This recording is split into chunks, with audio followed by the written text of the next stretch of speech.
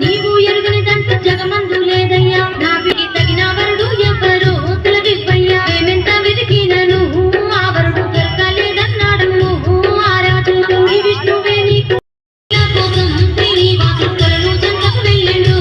ఓయమ్మ చెలికత్తెలతో కలిసి ఆటలాడుతున్న బంగారు వన్నెల సౌందర్య రాసైన పద్మావతిని చూసే శ్రీనివాసుడు ఆమె అందానికి ముగ్ధుడైపోయిండు అపురూప సౌందర్య రాశి కన్యను పెళ్లి ఆడకున్న జన్మ వ్యర్థమాని ఆమెకు సంబంధించి